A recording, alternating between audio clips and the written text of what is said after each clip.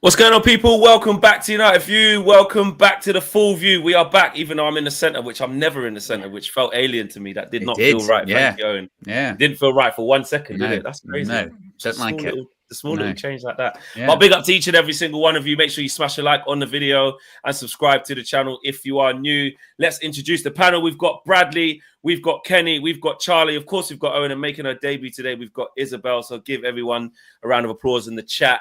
You know what I mean? Let everybody know that you're here. Let us know where you're watching from, how you're feeling.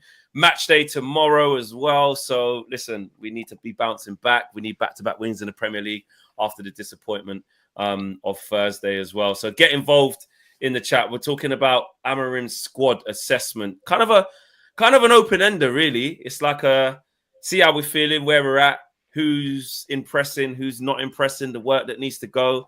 Shout out Just Kicks. Loads of rounds of applause there as well. CeeLo says, yo. And shout out to Owen Stylevizer. I see you as well, as always. So you guys get involved as well. There you go. And Lucky says, Isabel, Star Wars fan, Big W. Is that Star Wars in the background? What is that? Yeah, it is. But it is my dad's, so I can't take credit. Oh, you can't claim it. You can't claim it because yeah.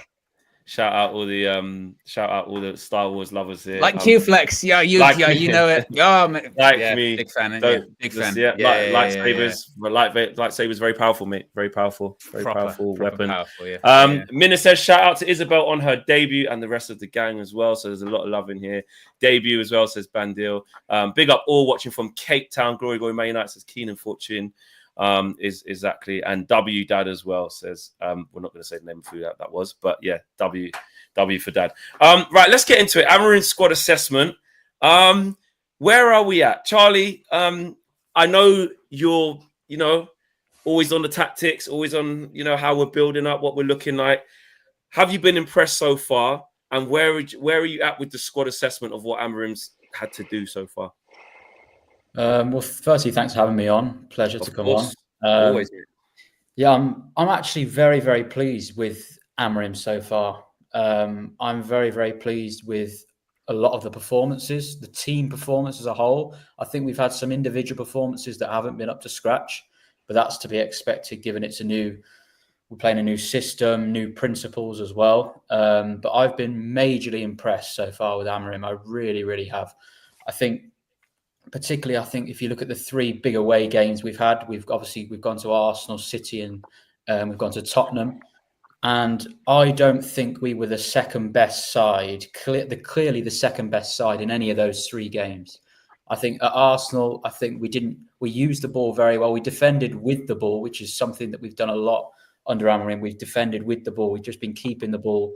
And if you've got the ball, the opposition can't score. So that's what we've been doing a lot.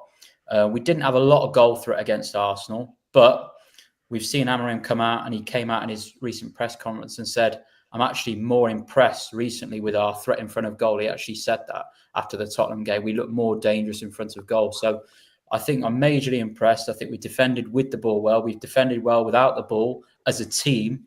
Obviously, we've had individual errors from set pieces. We've had Martinez, Bayindir, Evans have not been good enough giving away goals. But you know what? Overall, so far, I'm very impressed. But individually, and I think this is a stage that we've talked about before under Ten Hag, where we didn't really like where we were going under Ten Hag from the manager's point of view, and we thought a lot of the players weren't good enough. But so far, from what I've seen, I'm much more impressed from the manager side. And if we're more confident in the manager, and we know hopefully this is the one that we want to stick with, and we can see some sort of clear vision. If we know that he's good enough, then obviously we can talk about the personnel and replace those personnel, and hopefully with new personnel, we'll see that system be performed better. So yeah, really positive start for me.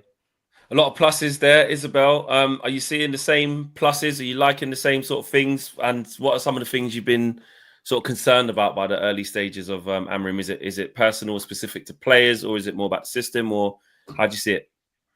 Yeah, I mean, Amorim's been here for about a month and a half now, and we're already seeing tactical decisions being made, which I think is so positive. And we just didn't see necessarily progress under Ten Hag. And so the fact that we're already seeing that within a month and a half, I think is great.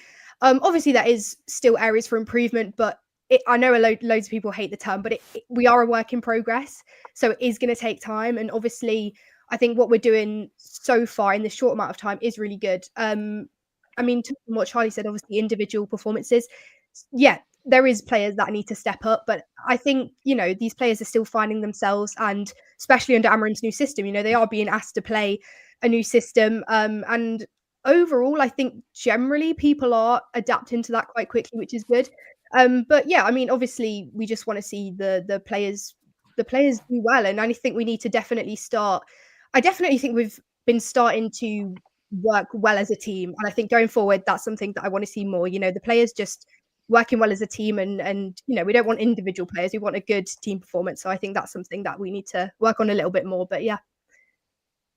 Any individuals for you that are standing out? Like on the way in, everyone's like, oh, who's gonna sink under this formation? Who's gonna rise under this formation? Who's done? Who can have a new lease of life? How have you seen that so far? Yeah, I mean, you can't not mention Ahmad. I mean, Ahmad's been absolutely incredible and is definitely quickly becoming one of the best players at United at the minute. I mean, the threat that he brings when he's on the pitch, it's incredible.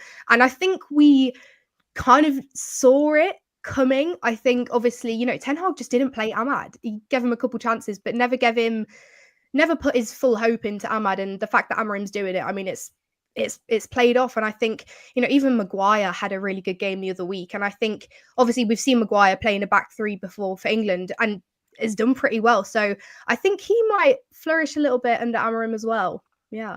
Yeah, definitely. The Harry Maguire one has definitely been one where you're saying he's going to be more comfortable. He's got more protection around him. So, and as the team is more compact, then there's less gaps for him to be exposed. And I think we've definitely seen that. For you, Brad, like, how do you assess the squad heading into January, heading into the window? Of course, this Rashford thing is there. We'll get to that, of course. But what do you think's achievable in January? Or sort of say realistic? I think it depends on who we sell. I think if we can sell Rashford for around 40 million, then I think we can go big in Jan, because that's pure profit. Could he come through the youth setup? So I think that could be massive. It depends on the sales, to be honest. Martinez is winding me up big time. Let's talk about Martinez. Let's have a chat. No, Bradley said he's winding him up, so I just want to find out why. Just want to see. I think he's playing like Terry and Lannister without a brain at the back. I think he's been absolutely shocking. I think that second and third goal, I mean, Bayern Day was shocking, but he's a second choice goalkeeper. So I'm not really going to give it to him. It's Morley Martinez, because that second and third goal killed the momentum of the game, because I felt like we were on top in the game. Eriksen should have scored 2 goals. That was 2 big chances. So them 2 goals we conceded were massive and killed the momentum. Yeah, and someone that he's really experienced as well. You don't really want to see that. And Kenny, I remember when Lisandro Martinez was back from his injuries, and Kenny was sort of saying I think he's injury prone, and we're going, Kenny, come on. Kenny, what is it? What are you doing? And I told you so tour, or is it not that bad? I'm not good. No, I'll not do. I'll touch on that. But yeah, but we'll go back to the original question. I'm not convinced about the Amorim system working in the Premier League. Oh, you're going down that road. You're going down that road, Kenny. Well, no, everybody else is bullying it up, but ultimately we're still in the bottom half of the Premier League. We're not any higher than what we was when he came. So that you can't take that away, and we're not in the Carabao Cup. That's another issue. Where I'm coming from is I just think we're playing with 5 at the back. I don't see us playing with wing backs. I think we're playing 5 at the back. Now, the problem that we have, right, is that we saw Wan-Bissaka, who was a fantastic defender, but he was no good going forward. And what we're seeing now with Dalot is what was Dalot's strength under another system is not his strength now. It seems to be struggling, albeit he's over on the left. Right, Mazwere, I think, is fantastic. I think he's superb.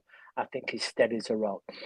But where we're really struggling is the right-hand side of the pitch under this system is fantastic. You've got young Ahmad, you've got Mazwere, you've got Delete and Maguire on that side. What we've got on the other side, right, is Eric Bailly too, as the other centre half, which I told you about, and I'll explain why, right? And you've got Malassia who's been out, and when it's come back, it's just not happened. And that could happen with that lad. But the left-hand side of the pitch, we're creating very little. And we're suspect. We're the second worst defenders on set pieces, right? Yeah, that's so I'm going to cool. go right. So I'm going to go back. I'm going to go back to what you said about Martinez. Now, we hyped him up as the butcher, right? We did, the fans, and we loved the fact that it was getting stuck in, as we would call it. We weren't used to that. We saw him as the new Nemanja Vidic, or a lot of people did, but he's way off that. And I said at the time, to me, he reminded me of Eric Bailly, because he's great at getting stuck in, which what people wanted him to do, but he was injury prone. He's had 2 injuries, and one obviously a serious injury. He came back, and me personally, I think he's lost half a yard of pace since his injury. And what it's done, because he's lost half a yard of pace, is overcompensating now. He's overcompensated, and it doesn't look as though he has the confidence that he had when he was here, but when he came 18 months ago. So, but it's another, like, let's just, all right, I'll use a Wan-Bissaka. I'll use a Wan-Bissaka comparison. Wan-Bissaka was fantastic at 1-to-1 defending, but was poor with the ball going forward. Lisandro Martinez, right, is a poor defender, but is brilliant with the ball at his feet. When you give him the ball at his feet, right, and he can pick a pass out, I really, really like the guy. But ultimately, he's a 5'10" central defender that's getting caught out. We want central defenders that dominate in the air and defend. It's great that the passing ability, that is a plus. But the dominance is from him there is not in when you need him 1v1. The dominance isn't there from him. He's not a Saliba. He's not a Konate. He's not a Van Dijk. He's not a Van der Ven. I hear what you're saying. So I think it makes us weak on the left-hand side. Now then, where I like Amorim's system. I like Amorim's system when we're pressing. Amorim. I call him Ruben. So you call him Ruben Amorim? Yeah, we got a new manager.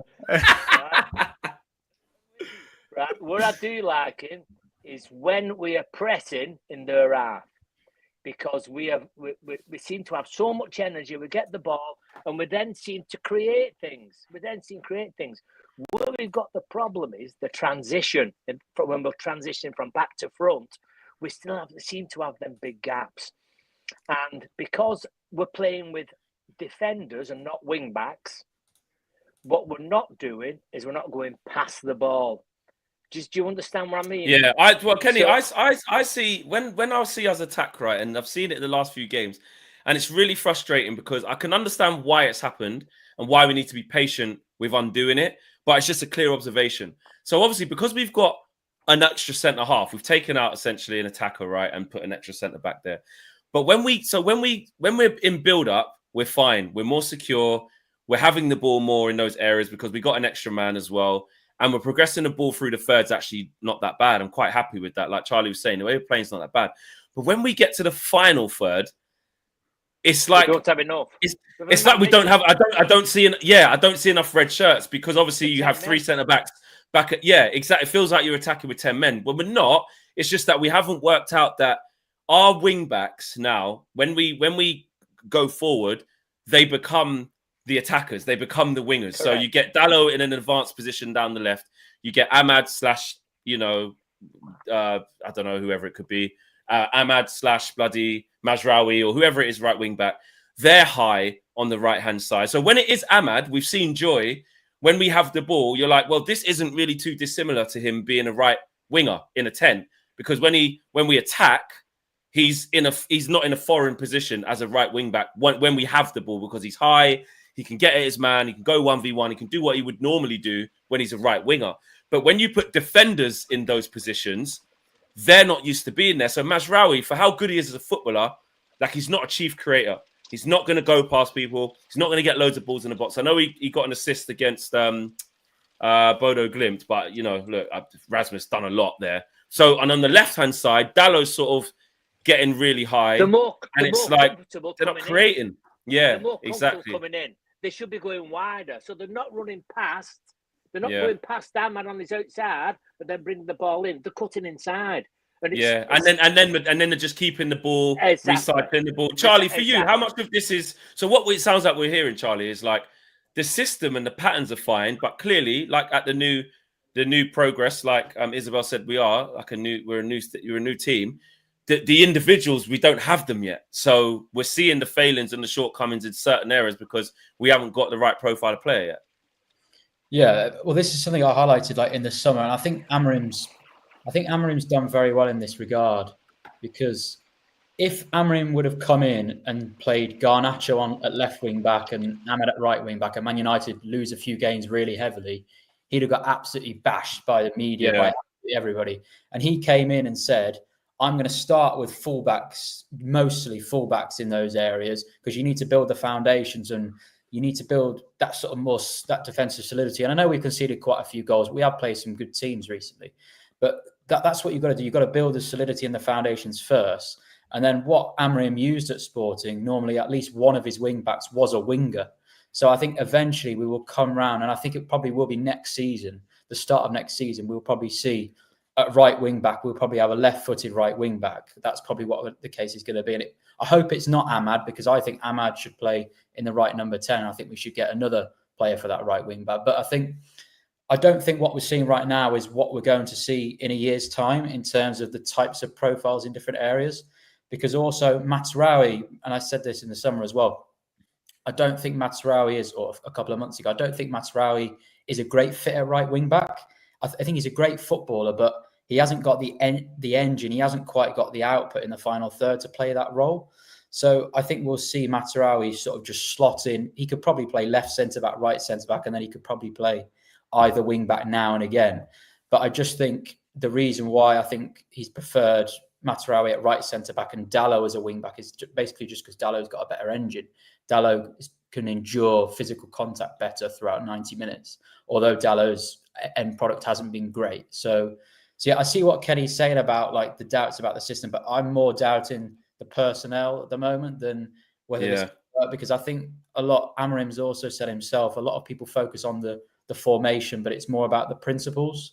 And he said, for instance, like he was asked whether the academy teams are going to play the same formation, and he just said it's not about that. It's about just preparing the academy players to be the best players possible, rather than like preparing a 3-4-2-1 or whatever it might be. He said, don't be so fixated on that, more be fixated on the principles. And I think eventually we'll get to the stage where people won't think of it as, it's three at the back as much. They'll just think, this is great football. They won't even think about whether it's a 3-4-3 or 4-2-3-1. I mean, I don't know whether you guys heard Robbie Savage's commentary a few weeks back. God, it was awful. God, it was awful. The obsession from Robbie Savage every 5 seconds of going, they should switch to a back four. They should switch to a back four. They're switching to a back four now. They're going to do it. They're going to go to a back. Look, back four. Is he manager of like Macclesfield? He was trying to like prove his coaching badges mid commentary thing. It was horrific, honestly, absolutely horrific. But I agree with what Charlie's saying there as well, because I think we maybe had given some of these players maybe a little bit too much credit when Ruben Amorim had come in, and that we sort of went, they're international players, they'll be able to adapt, or it might take them a few months, but they'll be able to adapt, they'll be able to do it. And you do actually see after a couple of months, some of them just can't actually. Some of them just can't. And actually, there are going to be some, we already, I guess, kind of seeing it with Rashford to an extent. People are kind of saying similar things about, say, like a Garnacho going, actually, like, where do they actually fit? Or someone like a Dalot, where you go, all right, he's great as a fullback and he can invert into the middle of the pitch. But that's different to being a wing back. And actually, as a wing back, maybe he's not so great as a wing back. And to the point, even someone like a Mazraoui, who everyone does like, and he's been arguably our best player this season, in this new system, he's more profiled as a centre-back, as a right centre-back or a left centre-back, as opposed to being a wing-back. And I think that, I speak for myself anyway, I had assumed that a lot of these players, international players, they'll be able to adapt. And some of them just can't. And actually, we've got once again, we go into a summer window where we've got a lot of positions to recruit for, like way more positions to recruit for, more than we had prior system change. Because once again, now we're going, right, we need wing backs, we need 10s, we need actually that midfield role is different now than it was previously. We need to change that. So, you know, big summer ahead, big January ahead, I suppose, if Rashford does go, because pure profit in that. But, you know, we'll see. Yeah. Hang on, let's bring Kenny in. Yeah, I don't know about the recruitment bit, because from the point of view that this team is changing every single game, right? And I think Ineos have wrote this season off. I do, honestly. I think they've wrote this season off from the point of view that, right, what we've got to do, we have got to see what we've currently got. We've got to see what we've currently got, right? We've got the second highest paid squad of players in the Premier League. So let's see what we've got. So what he's doing is everybody's getting at least a game a week. Nearly everybody's getting. There's only, I think, Casemiro's not played this week. Anthony's getting he's getting valuable minutes. Everybody's getting and they're not necessarily in the positions where you put them, right?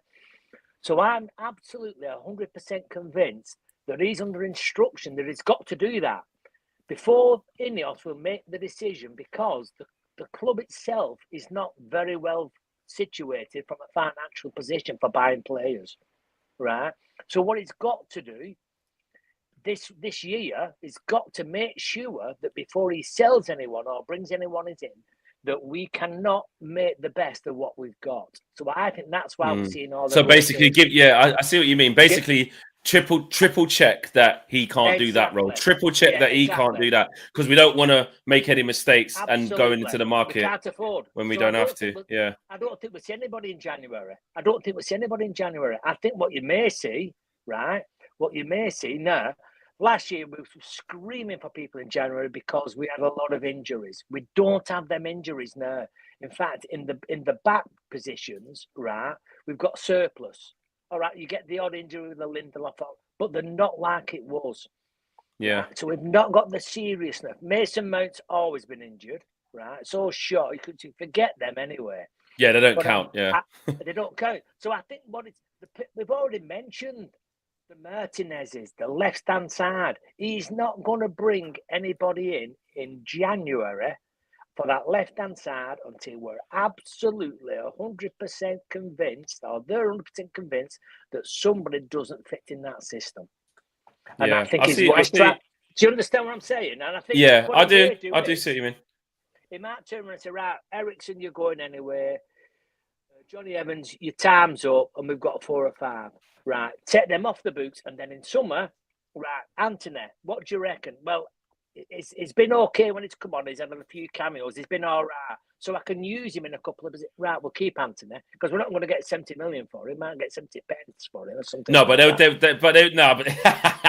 70 pence. But they will try and sell him though. They will. There's still some players where they're like, they know they're not going to get 80 million. They know that they're going to get what? Might even get 30 million for Anthony or whatever. But yeah, they will look at a way to help these players exit. But the problem is the contracts, and that's what I want to talk about next. Actually, Isabel, like the players that need to go and the players that you think are surplus.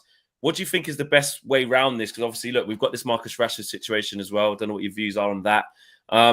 What's going to be the best way to update this squad? Because so many players are on like such big contracts. Yeah, I think we need to stop giving out the big contracts to start with. Obviously, with Ineos coming in, things are going to change, and they already have started changing. So it will be interesting, and I am really interested to see who will go in January, or if anyone goes, or if anyone comes in.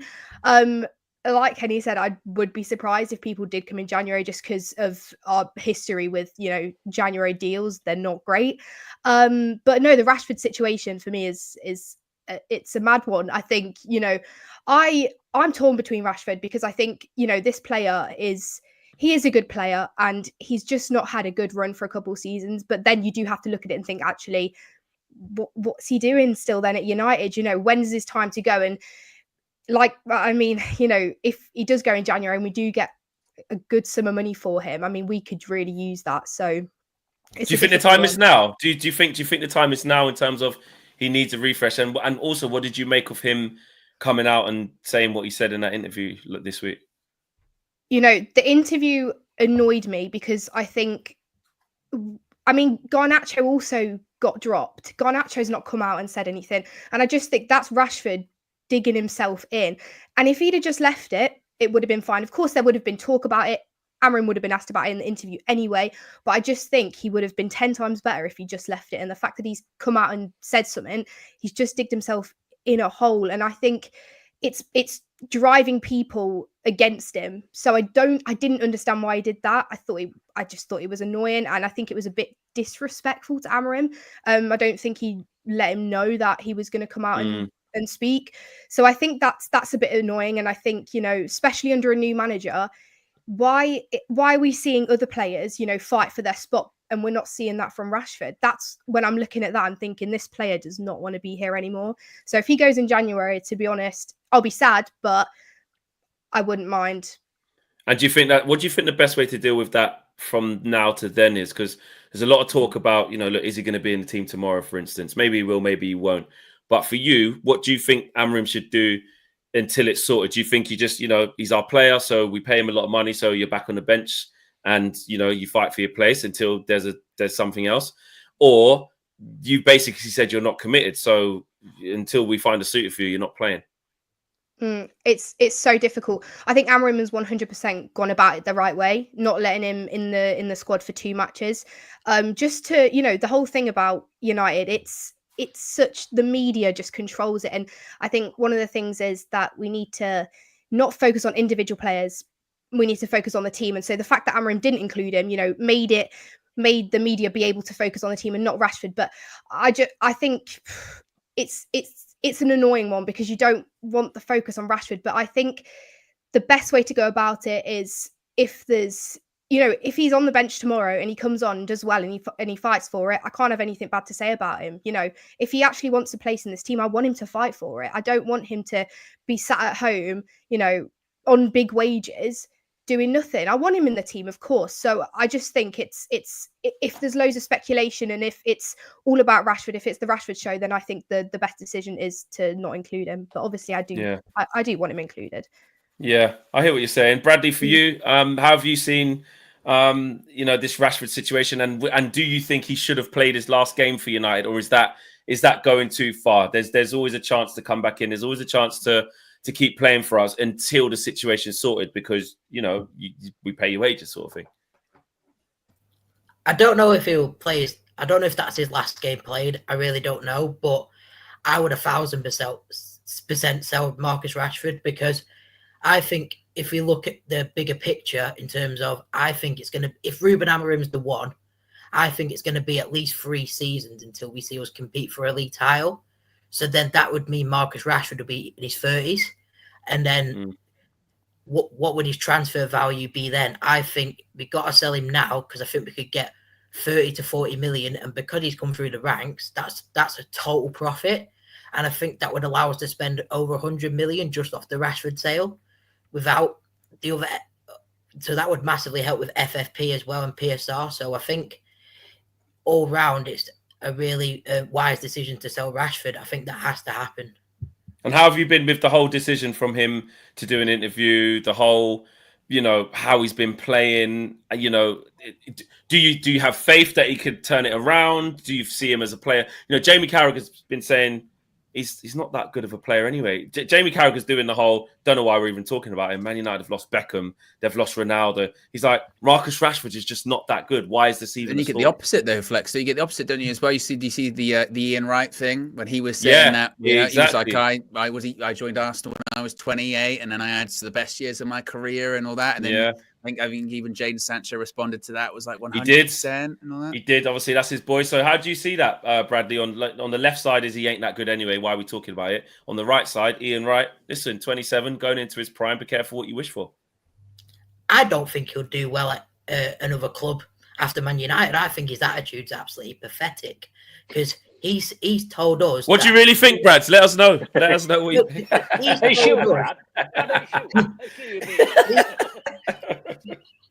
He's told us that you don't know how much Man United means to me. And it's the same guy when we played in the FA Cup final 2 years ago when Man City could win a treble. He's ducking out of 50-50s. So I think his attitude's appalling. And I think Ruben Amorim, credit to him, I think Rashford, if he's not willing to pull his finger out of his arse, then he needs to be dropped and be punished.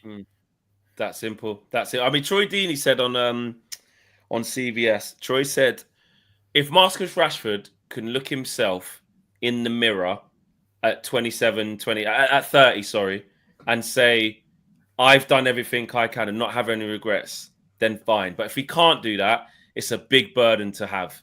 Like he said, I wasn't the best footballer, but I worked really hard to ooze every sort of bit that I had out of me because I lacked in talent, he basically said.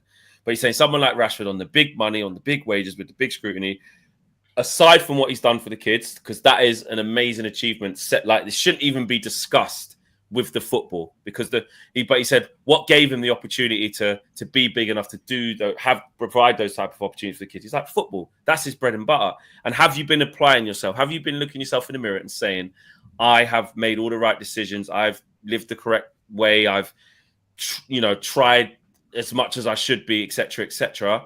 And if he can't, he's saying that's going to be a painful one. Charlie, do you see that Rashford can maybe turn this around, or do you think it's come to the end of the road? Not for me. I've always been quite critical of Rashford. I've never really regarded him as a top player like a lot of other people have. The 22-23 season was one of the first times I really gave him a lot of praise, because I saw somebody that had actually worked on other areas of his game. Because Rashford's a specialist type of player, and he's very, very good at very few parts of the game, but he's very, very average or poor at many parts of the game. And that's always been my problem with Rashford. And the thing is, the really good parts of the game that he does are important ones, because he can score lots of goals. But I've always said I don't think football is all about that. And I think in the 22-23 season, you saw him scoring headers. Like we hadn't seen that I think he scored just as many headers as he has in his whole career within that season. So I think he'd scored like 3 in that season. And before then, he'd only scored 2 or 3, if my memory serves me right. And then also his upper body strength had improved so much that he was holding himself well in duels. Remember that goal away at Wolves, where he literally bounced a couple of defenders. He was running through players. And that was the first season where I looked at Rashford and I thought, okay, he's really worked on his overall game here. But other than that, I haven't got time for players that just sort of, I haven't seen him improve overall throughout his career. He's 27 years of age now, and he still doesn't know what decision to make, still doesn't know how best to use his left foot. He still doesn't know that he can't dribble through 4 or 5 players and somehow get through. He doesn't know when he shouldn't shoot and when he should. I mean, these type of points should be basics of the game that players should be getting right at much younger in their career. So, no, I haven't got a lot of time for Rashford personally. I would have no problem with him leaving. And I think I agree a lot with Jamie Carragher. I know it's Jamie Carragher, but I actually think he speaks a lot more sense than Gary Neville about Man United, to be honest. I think he speaks a lot more sense than Gary Neville does. So yeah, I agree with Brad on that one, to be honest. And what about Garnacho? He's only 20. He's very young. Can he be molded into something that Ruben Amorim can really work with and what we really need? Or do you see a similar pathway with him? Obviously, he was left out for the same reason as Rashford in the derby, but was back in at Spurs. The cameo off the bench wasn't great. I get that. But what do you see in Garnacho? And do you think there's something to work with there? There's a lot of potential there. Or is that overhyped? There is something there. But then again, I think Brad was probably saying the same. I've been saying I know on the match views after the games with you, Flex, Ahmad is by far our best winger, and even when Garnacho was playing every game, I was saying he's by far our best. But Ten Hag obviously preferred players that running in behind, etc. But I wasn't at all keen on that. But I think Garnacho's okay. I think he's an okay prospect. I think the difference that I'd make with this situation is Garnacho's only 20. Is he 20? So this idea that he might have a problem with his attitude or getting other players up and supporting his teammates, I can be a little bit more lenient with Garnacho because he's only 20 compared to if Amorim's talking about Rashford in that sense. You're 27 years of age and your attitude still isn't right. Well, that's just unforgivable. But Garnacho's only 20, so I've got a little bit more time. his reaction when he loses the ball is better than Rashford's. Like his work rate is better than Rashford's. But I think with Garnacho, I think the problem we had is he's just been playing too many games. He's not a Manchester United starter, and that's not just his fault because Antony's been really poor. Sancho obviously has had his issues. So Ten Hag really could only pick Rashford when he was fit, Garnacho or Ahmad. And I think Ten Hag was not picking, he should have been picking Ahmad, but he had to pick Garnacho or Rashford, really, Ten Hag. And that's a bit unfortunate when you've got to pick one of those two players, really, to be a starter for Man United at the moment. So I'll give him some time, Garnacho. I've got more time for him than I have Rashford, but I'm not convinced that he's a world-class prospect. I think he's got a lot of work to do on his game, to be honest. Yeah, that's just it, isn't it, Owen? Like it's hard to really know. We go through periods where we gas up players. We go through periods where we cuss the players out and say they ain't that great. And it's difficult as fans because we've got to find that medium of like, well, how good could this player really be? Or how bad actually is this player? Are we going over the top? But Amorim has to do that, obviously, as head coach. And like Kenny was saying, work out who we can really actually trust. Don't block out the noise. I see something in this player. Well, it's a bit like this super chat flex, yeah, from Red Baron when they says the pylon for Leacher is way too much, in my opinion, amplifying everything he does wrong and dismissing everything he does right. Once an idea of X or Y gets popular, people run with it and repeat it like sheep. I kind of push back on that a little bit, and the reason why is we get back into this territory where opinions are allowed to evolve when sample sizes get bigger, right? You know, if a player comes in and their first, like Leacher, for example, and their first season, their only season is a good season, they're going to get praised, aren't they? And then if they have a couple more seasons, granted, second season, didn't see much of him, did we? Because he was injured. But then, so really his second season is this season, and largely from it, we're going, it's not been that great. Then naturally that praise is going to dwindle down and go, actually, maybe that was a bit too much. And you start looking at other reasons for maybe why they were playing well. I think Amorim's doing the same thing. I think Amorim came in and wanted to work with certainly the high profile players like a Rashford. I bet he couldn't wait. I can't wait to work with Marcus Rashford. Because from afar, you kind of just know the name and you see big games and you see when they score big goals and you hear things. It's like us when we hear someone's playing well in, say, Serie A. And we go, I'll tell you what, they're on form at the moment. You go, you watching every week? You go, no. But I'm hearing it on Twitter. I just know that's the name. Exactly. Yeah. It's kind of the same. But then once you're there week in, week out, you go, actually, yeah, there's quite a few flaws here. And actually, I'm not too sure about that. So I think Amorim's going through the same thing with a lot of the United players. With the Garnacho one, I agree with what Charlie said. I think that it's difficult with him, isn't it? Because we are so keen, I think, as a fan base, we're so desperate, particularly players that do come through the academy and are young. We really want them to be good. And if they do show something, anything, we're like, right, they're great. And we overhype to such an extent that naturally when they come down, because they will and they're inconsistent, we slaughter them because then we start going, they're not going to be good enough. They're not good enough. It's kind of the same a little bit. I guess he's not an academy player, but like with Højlund this season, I don't know how many times I've seen people going back and forth of he scores in a game, so he's brilliant, and then he doesn't score in a game, and he's fucking rubbish after that. It's mad. It probably happened like tomorrow. He might score tomorrow. He's good again. Didn't score in the week. He's bad again, you know. And the reality is they're somewhere in between, aren't they? You know, especially with the young players, they're going to be up and down. What we need and what really has let United down over the last 18 months is our senior players, which is where Rashford falls into, or Bruno falls into, or Casemiro as well. Those players, they haven't been performing to the level, have they? And those younger players have had to bail them out. And we're then expecting that level of consistency every single week from those younger players. And then they get criticized if they don't deliver. So that's why I think, you know, Kenny pushed back on recruitment earlier on. But I think that's also why, you know, Ineos have a big focus on that, because those senior players that are on the big bucks, they're on the big wages, they just generally haven't been pulling their weight as much as they should. And if they're not, that's where Ineos have to be ruthless. We've seen ruthlessness, to be fair. Dan Ashworth, 5 months in, gone. We're seeing ruthlessness now. Marcus Rashford possibly on his way out. Even Garnacho to an extent, not up to the standards, dropped. Certain players, I think, clearly being phased out. Casemiro is being phased out by Ruben Amorim. Yeah. Christian Eriksen is being phased out by Ruben Amorim. It was shocking that he started on Thursday. I couldn't believe it because he's got another sniff since we played Ipswich. So I think that they'll look to replace with those senior players. And I think that'll be the same with the striker. That's why we've been linked to Gyökeres so much. is because we need a striker that's ready-made right now. But then also we need players that are going to create chances, which is why we need 10s too. And then we also need wing-backs and defenders, and maybe a new, and maybe a new goalkeeper flex as well. Yeah, exactly. We might need everything. CeeLo says, I think Rashi cried after the FA Cup final because he thought he was getting sold, LOL. Imagine being told to work hard and instead you hold an interview. A lot of conspiracy theories about why Rashford was crying at the FA. Listen, I just saw it as just pure emotion. He's been at the club since he was, 7 years old, won an FA Cup final. It was an awful season for him, an awful season for the team. And maybe the emotions got the better of him, which is, well, I don't even say got the better of him, just being emotional. There's nothing wrong with that.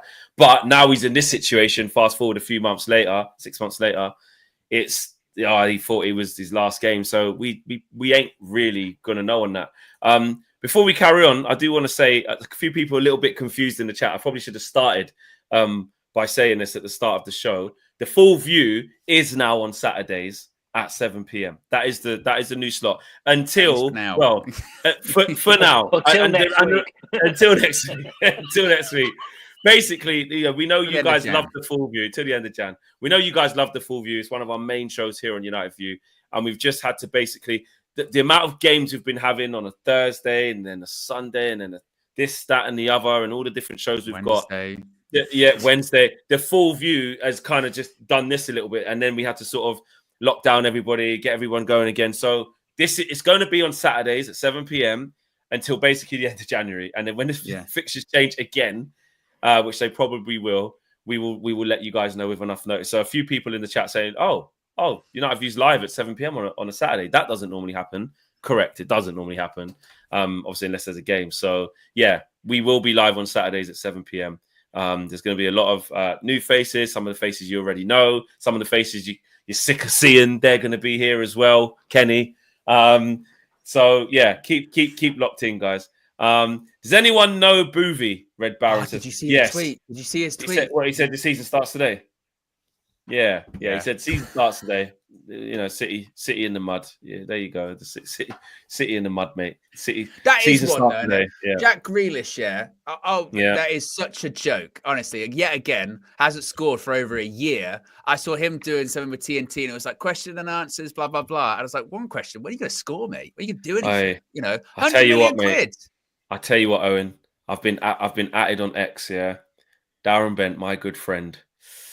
He's had a stinker on TalkSport. I'm gonna have to call him up and say, Darren, the fan base is onto you. Well, basically, him and Goldstein are talking, and he said, "What about 100 million Jack Grealish?" Like what you're saying. Yeah. And Darren said, unfortunately, I've seen it. Yeah. Darren said, but Grealish's body language is better than Rashford's. Yeah. So now they're saying 100 million for body language. So I'm gonna have to. I've been atted. They're saying, Flex, come talk to your boy. So I'm Darren, if you're watching, I need you to be body language and calves. 100 million. Yeah, that's what we got. And Alice fans. Yeah. Shout out Alice Talks Football. 100%. Darren, I don't know if he was concussed or had a bit to drink the day before, or he was tired, or a long day. But I don't get that one. And Michael says, need to move on from these jokers. Rashford and Shaw should be first. Would love Alphonso Davies at left wing back. We all probably would love that. A proven striker as well. Not convinced by Gyökeres in the Premier League. Bradley, not convinced by the Gyökeres in the Premier League. What are you saying to that? My thing is I don't want to do what we did under Eric Ten Hag, where we signed everyone from Ajax. I don't want to sign everyone from Sporting Lisbon. I'd rather look at people like Liam Delap, who's had a good season in the Premier League, or like Matheus Cunha from Wolves, who are like Premier League proven and like ready to take that next step.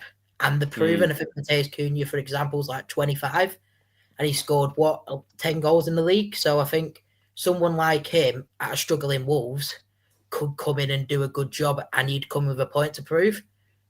Yeah, and I see what you're saying there. I mean, obviously, of course, we want Gyökeres. He's doing the celebration, he's scoring loads of goals, but we could probably make the mistake for you, Isabel. Actually, what are you going to say, Bradley? Garnacho, you're saying he worries you?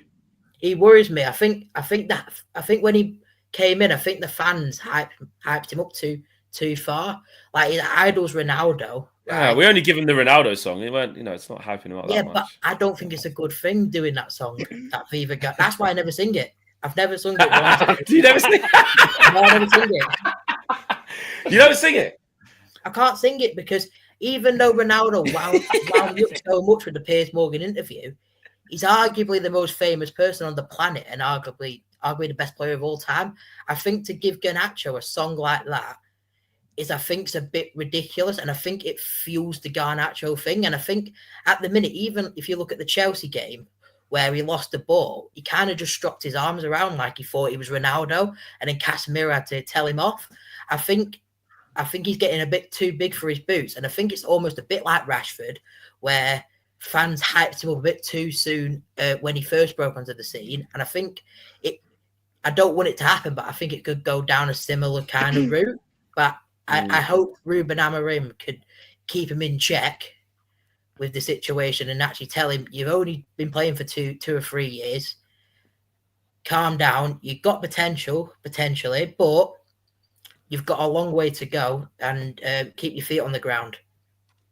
Yeah, definitely. I mean, with the song, definitely. I mean, that's us as fans in a nutshell, isn't it? I mean, Garnacho can fit in the song like Ronaldo, so let's just give it to him. I love that song's going on at Old Trafford and Bradley's just sitting there going, nope, not doing it. No, I'm not doing it.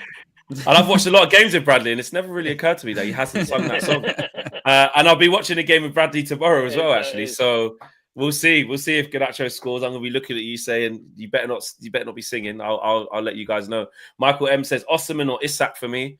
I mean, yeah, Isak's top draw, but they're going to charge a bomb, mate. A lot of money. Basilo says, Liam Delap is not proven in the Premier League. Stop that, Bradley. We need ready-made first-team players. Is that a good point, Bradley, though? Liam Delap, he's in his first season in the Prem. Not that far ahead of Victor Gyökeres. And definitely not in his career, I suppose. So, yeah, I get that. He's had a good season, though.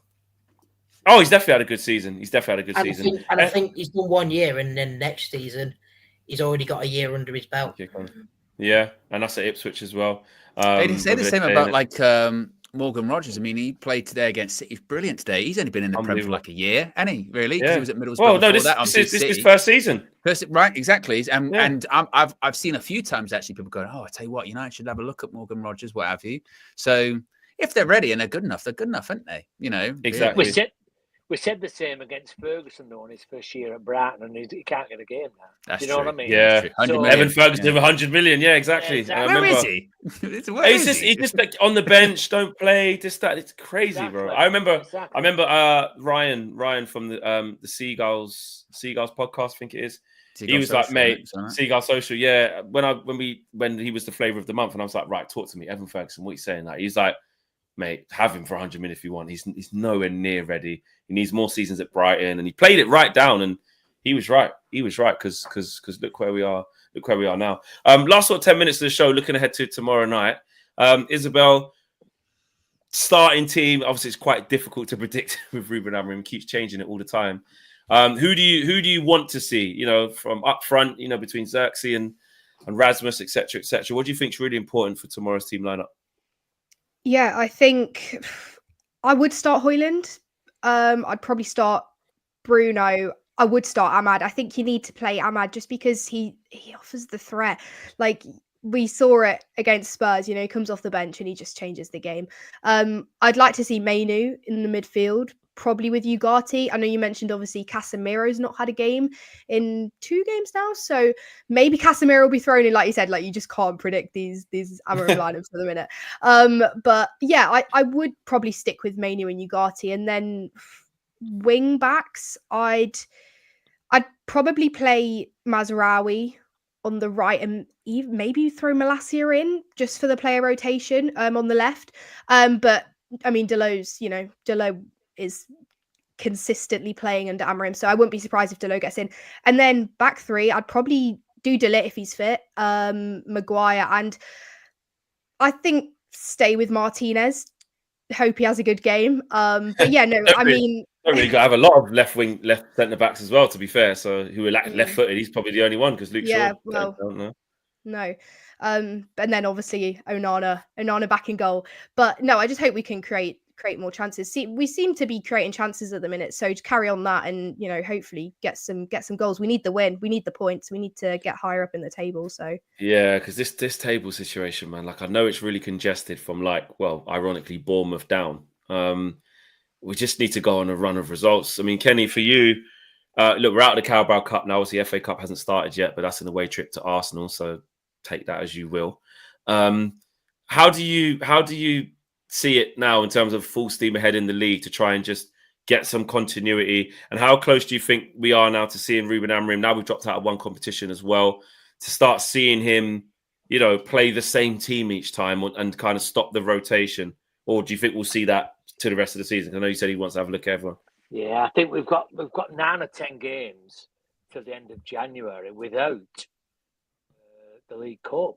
So we've still got a couple of games in the Europa League, and I think that's where they're going to be pinning the ropes on. I do, honestly, and I think just look above you. If you just look above us in the Premier League, you've got some good teams that are playing consistently well. Newcastle again today have won. Villa, Nottingham Forest. Do you know what I mean? And you keep everybody keeps United fans. Yeah, exactly. They never lose at home. First loss at home all year. Yeah, United fans. We keep going on about it, don't we? Well, wait till the January window. He brings his own players in this, that, and the other. Look at Nuno at Forest. He's not brought anybody in. He's third. Look at Emery at Villa. He's not spent money. Look who's at top of the league. Do you know what I mean? Do you see where I'm coming from? There's this expectation or this belief that we think, right, get rid of Anthony, get rid of Casemiro, get rid of Eriksen, get rid of this, get rid of that. That's another 150 million, 200 million. Let's spend that money now. These other clubs are not doing it. They're achieving what we need to achieve without spending anything. If you look at where they are now, look at Nuno at Forest, superb Forest. It's United rejects. He's got Woods at centre forward. People are coming in the thing at the bottom and saying like Oshiman this and Isaac and all these players, and I'm thinking, you've got a top manager in there. You've got a top manager in, a coach, right? He has got to, first of all, get the very, very best out of what we've got. And then, if he can't do it, then... Because if I'm a Radcliffe, I'm saying, why can he do that at Forest? Why are Forest third and we're languishing at the bottom? What's he doing or what are they doing? And that's about the system. He's played three at the back today at Forest.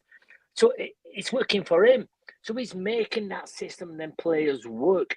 So I think I just don't see us spending and going out spending lots of money, this, that, and the other. I think what we have to do, we can't keep saying it. We keep saying it every 2 years.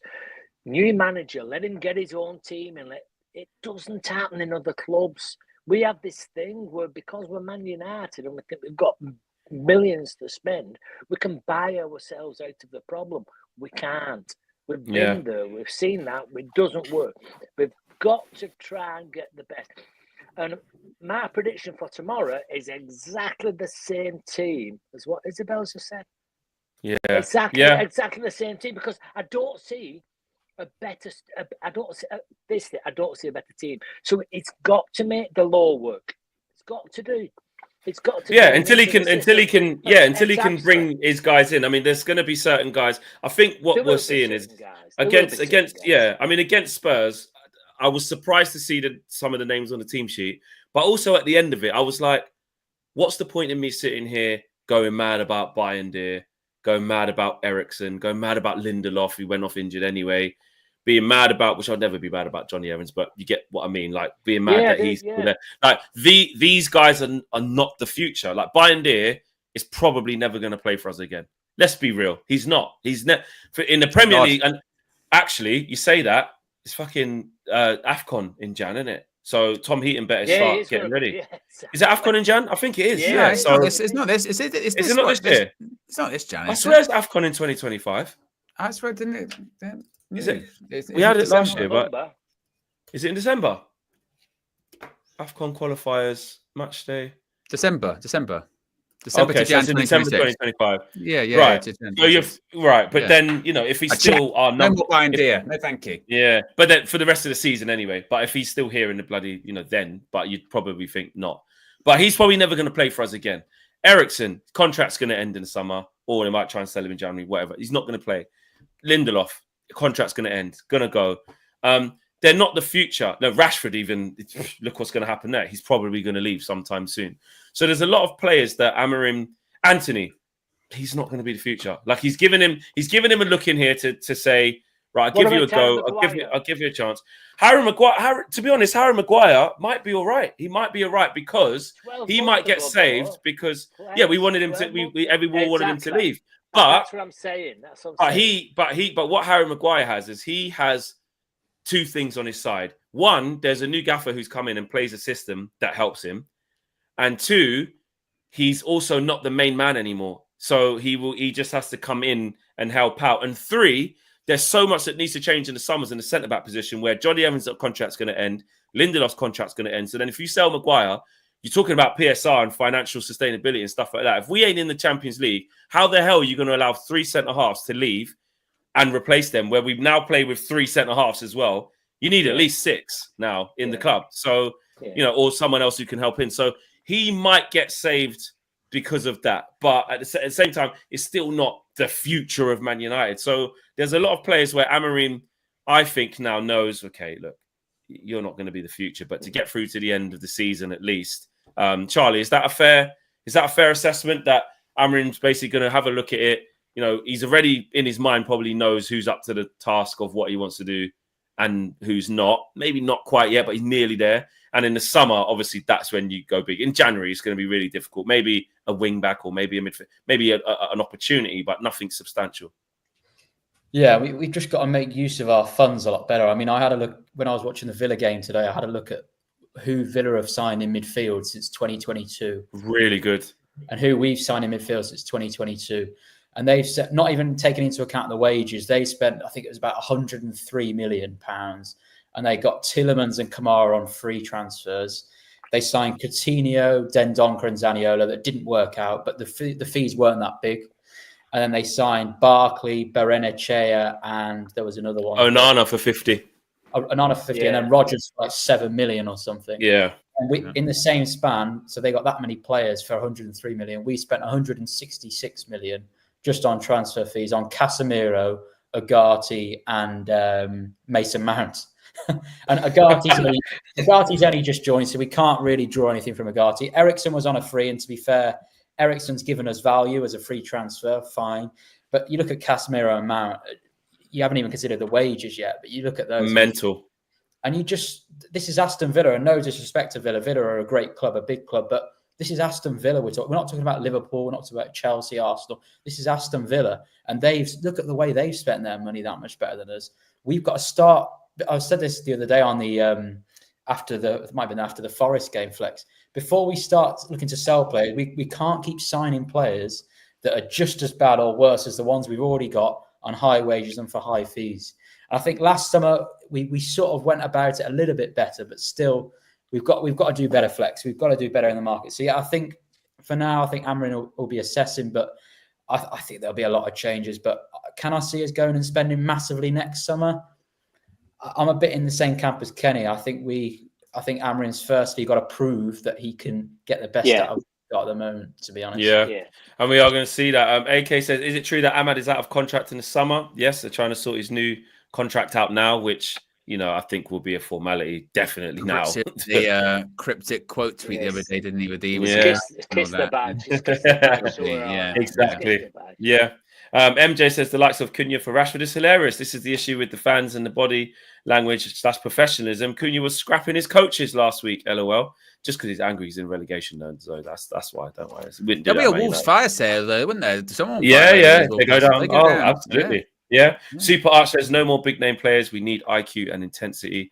And Ruben says, please keep this show and panel every week. That's a nice big up to everybody. The panel, it's not going to change every single time, but we have got other people who are going to be coming in and out as well. But these guys you will see a lot on the show as well. So if you've enjoyed Depends today. who Sahid Sands. Depends. Yeah, yeah, exactly.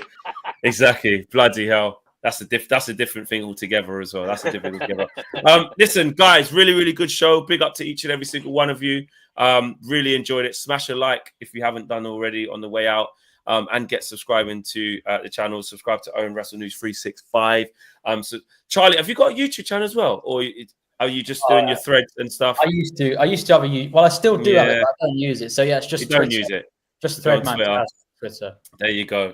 Get at it's in the video description. It's in the video description. Kenny, I know you haven't started your YouTube channel yet for the bowls. No, I don't do Instagram either, and I don't do Instagram, or Rex or any of them. So I'm happy with just keep seeing Kenny here. Just keep seeing exclusive. Yeah, exactly. The only place you can catch. Yeah, no. Marcel Marcel I was going to say, get Kenny on Mandem Talk. Get him on. Yeah, exactly. That would be good. And a big shout out to Isabel. She made her debut today. I think you'll all agree. Very good debut. Well done, top day. well basically, scored a goal on your debut. So it's basically a Xerxes debut, but that was good. That was a good one. So after that, we'll see where you go from there. But no, really good. Oh God. Yeah, yeah. And of course, make sure you follow our channel as well. Talk About United. The link is in the video description below. The correct one is there as well because you guys pointed out it wasn't working. So make sure you drop a like and subscribe to Isabel's channel, and of course, the main man Brad's as well. Listen, he's always here, and he's going to be back on the channel tomorrow outside the game. Hopefully, not cussing all the players after we've beaten. He'll be singing tomorrow. Yeah. He'll be singing Viva Ganacho. He'll be singing Viva Ganacho, yeah. And I promise you, I'll film it and it'll go on the channel as well. Exactly. Guys, big up to each and every single one of you. We are out of here. Remember, match day tomorrow. So you got your road trip in the morning. You've got Owen on a solo stream who's going to bring us some luck and finally bring us a win. And I'll be at the game as well. Guys, take care. We are out of here. Peace.